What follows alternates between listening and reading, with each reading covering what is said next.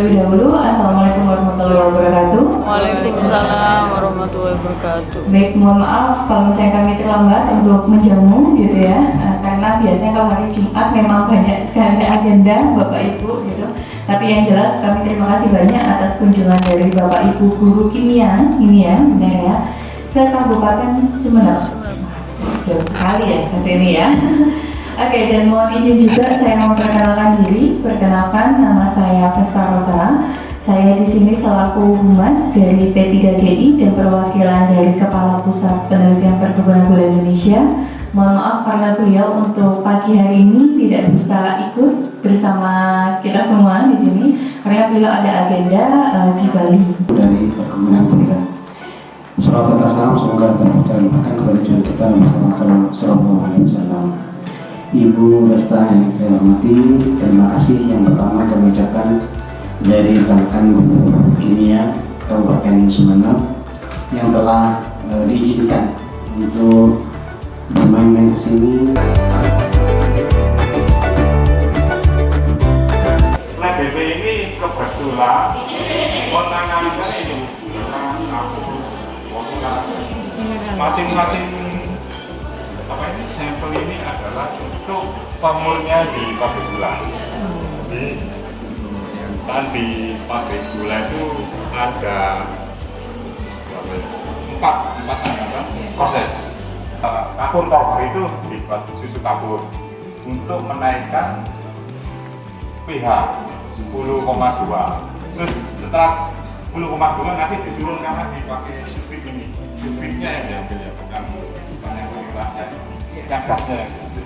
Diturunkan dari 7 kan dan terjadi gumpal yang kotor ini. Untuk menurunkan, mempercepat penurunan itu pakai flokulan. Nah, kan bijinya berapa? Nah, turun ini. Nah, ini nanti nira jernih. Nah, nira jernih ditarik ke stasiun penguapan. Agak dikentalkan ke berapa 65 brik gitu ya.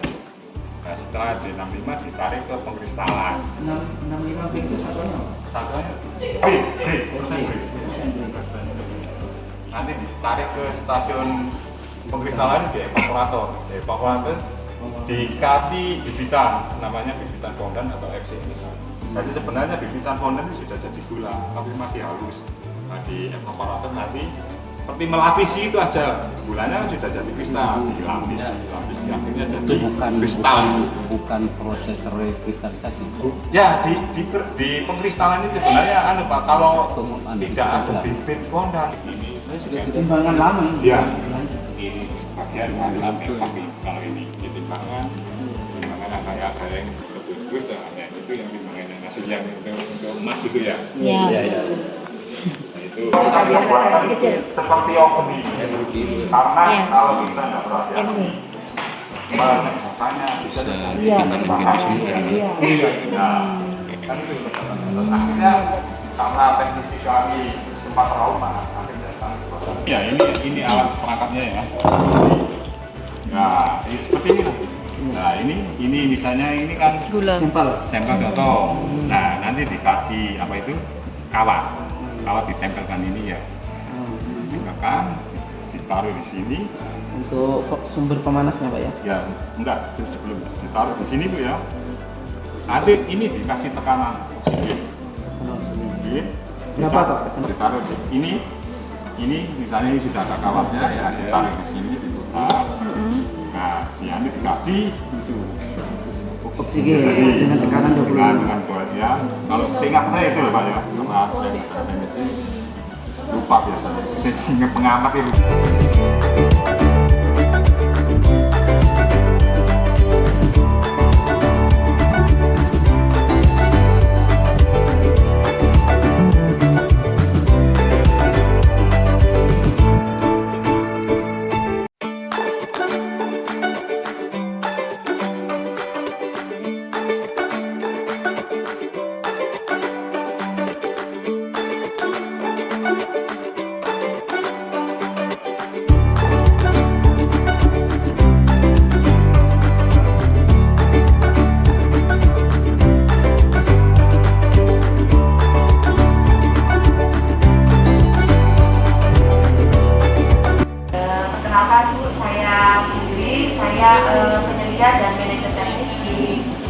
pada analisa tetes di sini, komoditas tetes.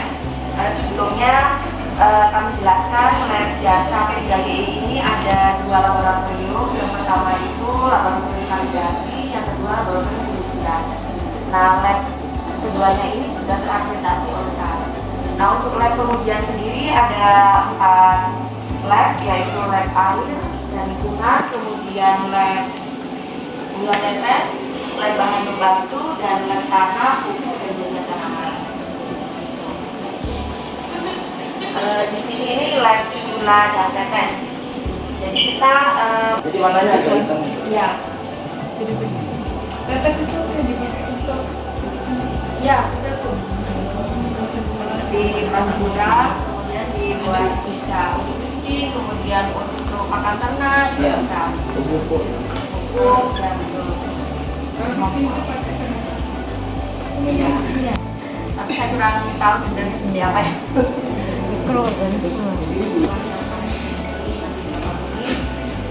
Untuk apa ya? Untuk modelnya ini. Ya Pak, terus bisa.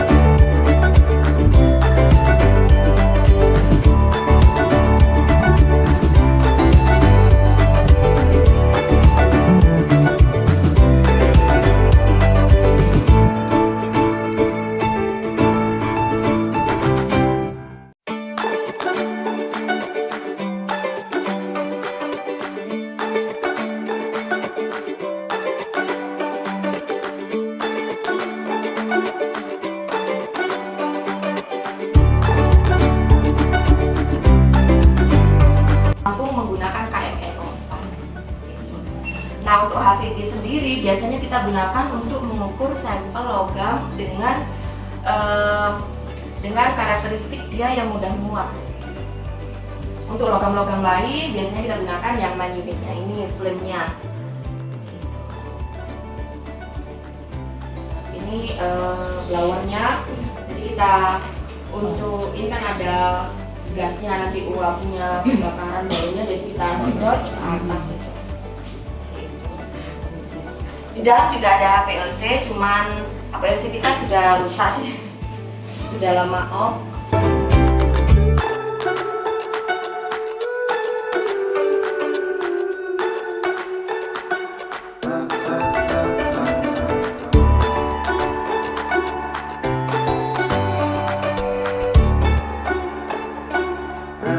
Ini disambungkan dengan main unitnya flame AS flame itu tadi.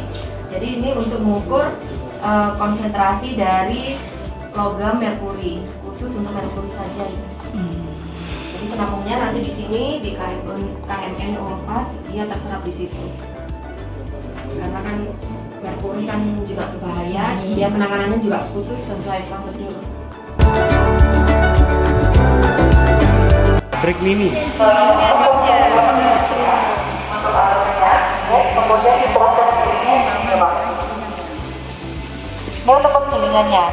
Nah, nanti ampasnya keluar dari sini, kemudian airnya itu harusnya keluarnya ada di sini. Jadi ampasnya ya di sini Pak.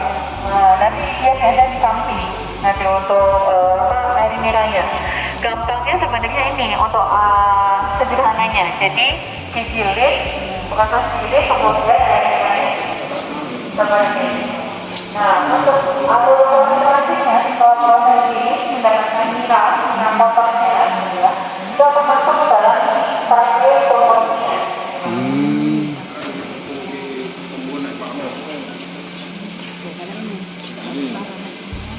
Nah, ini adalah paralel komponennya. Jadi kalau ada yang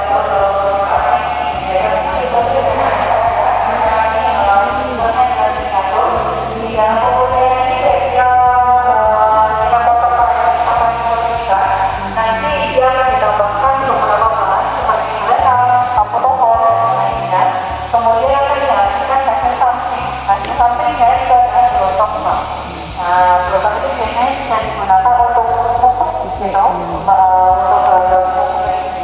nah, dari kemudian kita masuk ke dalam proses filtrasi atau penyaringan ya.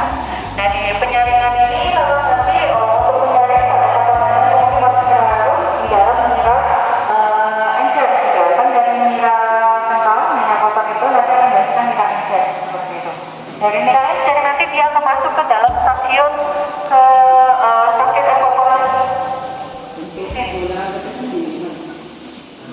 Oh, tetesnya Pak, tetesnya dimasakkan Pak nanti Pak. Ya, tetesnya ada sampai Pak. Nah, nanti dia masuk ke dalam ini waktu pemurnian, kemudian waktu harusnya atau perlu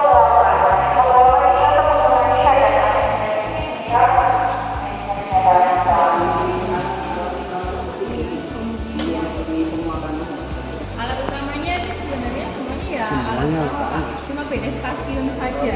Ya, kalau tadi kan tahapannya dari stasiun gilingan, kemudian ke stasiun pemurnian, filtrasi, kemudian masuk ke stasiun penguapan. Nah, ini yang penguapan yang Ya. menghilangkan airnya. Ya, benar sekali. Untuk menghilangkan airnya, dengan beberapa tekanan, kemudian akan didapatkan viscositas yang sesuai gitu. Itu gula tetesnya di mana? Nah, gula tetesnya ada di sini Pak. Sampai di sini. Nanti dia divakum, kemudian masuk ke stasiun masakan. Nah ini, dia akan masuk ke stasiun masakan. Nah, di dalam stasiun masakan ini, jadi hasil sampingnya itu ada tetes. Tapi hasil utama bukan tetes ya Pak ya, tapi si gulanya itu sendiri. Ini belum membentuk kristal. Iya, Masih cair. Cair. Ada seperti kental tapi masih tidak ada kristal-kristal kecil. Ya jenuh. Ini bukan sekali. Stasiunan palung pendingin berarti di proses pembekuan. Hasil sampingnya ada seput, air gula sendiri dan juga ada tetes yang mungkin masih terlarut di dalamnya. Tapi nanti hasil sampingnya hasil utamanya dia akan menjadi gula kristal. Tadi kan Bapak tanya stasiun masakan seperti apa hasilnya? Iya, iya.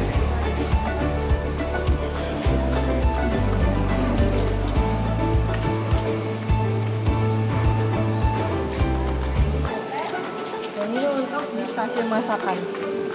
Jadi dia sebenarnya sudah ada beberapa butiran sedikit ya kristalnya ya, tetapi Iya, masih iya. belum membentuk sempurna seperti itu. Nah nanti di centrifuge ataupun di stasiun putaran itu dia akan diputar dengan beberapa tekanan. Hasilnya nanti ada struk air gula itu sendiri, ada tetes yang mungkin masih terlarut dan juga ada gula kristalnya. Begitu Pak. Nah ini yang hasil tetesnya. Nah tetes inilah yang biasanya digunakan di industri, misalnya itu pembuatan kecap ataupun pepsin ataupun di dalam pembuatan pupuk. Tapi dia itu bukan bahan baku utamanya, hanya sebagai bahan makanannya saja untuk bakteri. Benar sekali Pak. Seperti itu. Nah kemudian ini adalah si glotong yang tadi saya katakan di hasil samping di stasiun pemurnian. Yang pertama kali. Iya, yang pertama kali Pak. Nah ini biasanya digunakannya bisa buat pupuk kayak gitu ataupun untuk kebutuhan lainnya karena dia kan berisikan ampas dan juga beberapa karbon aktif Bisa lainnya. langsung digunakan. Sayangnya nanti itu panas kan Pak kondisinya nanti ya, jadi harus didinginkan terlebih dahulu karena kan ada proses pembakaran. Kemudian nanti hasilnya tuh bisa menjadi gula kristal mentah seperti ini ataupun menjadi gula kristal putih seperti ini. Biasanya memang kalau warnanya berbeda tuh maka alurnya saja yang berbeda dan bahan tambahannya Pak gitu.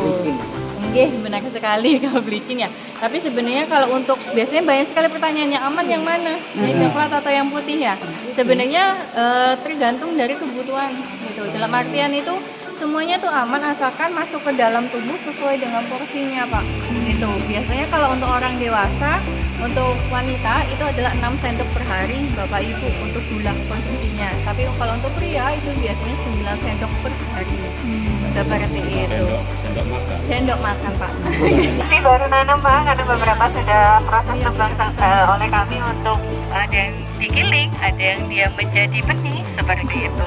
Dan ini juga ada beberapa tingkatan ini ya Pak ya. ini penelitian beda varietas. Ya, benar sekali Pak, beda varietas. Jadi di situ ada kode PS, ada PS 881, Bapak Ibu, ada PS 882, itu adalah varietas kami. Ada PS 964 ya itu. Kemudian PS DK 92, kemudian ada TLH 01. Jadi ini beberapa varietas yang kami miliki. Ini masuk generasi awal, yang tadi generasi awal kan 4 meter tingginya. Ya. Ini sudah milenial. Kayak generasi lama ini lah. Iya, Bu ya. Nanam kan ibunya ya, nanam terus panen. Iya. Kenapa burung hantu? Karena memang burung hantu itu adalah musuh alami dari hama tikus. Jadi dia itu sengaja dipasang di sana. Hidupnya jauh lebih tinggi dibandingkan dengan kita menanamnya melalui si batang sumbunya itu tunasnya. Struktur jaringan. Kalau ini karena lingkungannya aseptik, dia dibudidayakan di awal sebelum dia diaklimatisasi di lapangan. Gitu. Jadi pertama mengambil jaringan mudanya, kemudian dimasukkan ke dalam laboratorium foto jaringan. Kami ambil jaringan meristemnya saja, ditanam di media agar. Kemudian kami letakkan di dalam